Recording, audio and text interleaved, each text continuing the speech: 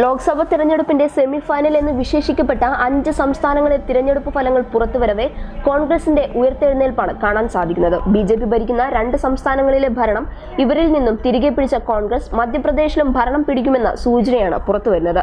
രാജസ്ഥാനിലും ഛത്തീസ്ഗഡിലും ഭരണം ഉറപ്പാക്കിയ കോൺഗ്രസ് മധ്യപ്രദേശിലും കേവല ഭൂരിപക്ഷത്തിലേക്ക് നീങ്ങുകയാണ്. ഇവിടെ ബിജെപിയോട് ഇഞ്ചോടിഞ്ച് പോരാട്ടമാണ് നടക്കുന്നത്. അതേസമയം ബിജെപിയെ സംബന്ധിച്ചിടത്തോളം വലിയ തിരിച്ചടിയാണ് അവർക്കേറ്റത്. ഭരിച്ചിരുന്ന 3-ൽ 2 സംസ്ഥാനങ്ങൾ കൈവിട്ടുപോയി.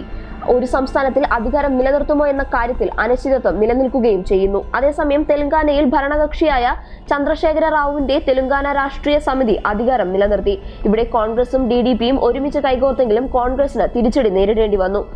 രാഷ്ട്രീയ ലോകത്തെ മുൻമുലയിൽ നിർത്തി മധ്യപ്രദേശ് ഓരോ മിനിറ്റിലും ലീഡ് നില മാറിമറിയുന്ന കാഴ്ചയാണ് ഇവിടെ.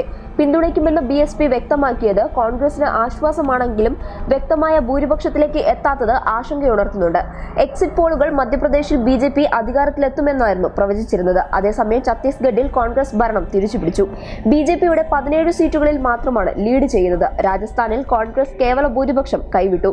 99 സീറ്റിൽ ലീഡ് ചെയ്യുന്ന കോൺഗ്രസിന് മറ്റാരുടെയെങ്കിലും പിന്തുണയുണ്ടെങ്കിൽ ഇവിടെ അധികാരത്തിലെത്താം. 2 സംസ്ഥാനങ്ങളിലും BJP 2ാം സ്ഥാനത്താണ്. അതേസമയം തെലങ്കാനയിൽ TRS അധികാരം നിലനിർത്തി.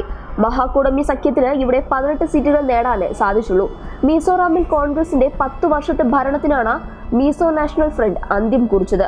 MNF 27, കോൺഗ്രസ് 6, MPC 6, BJP 1 എന്നിങ്ങനെയാണ് ലീഡ് നില.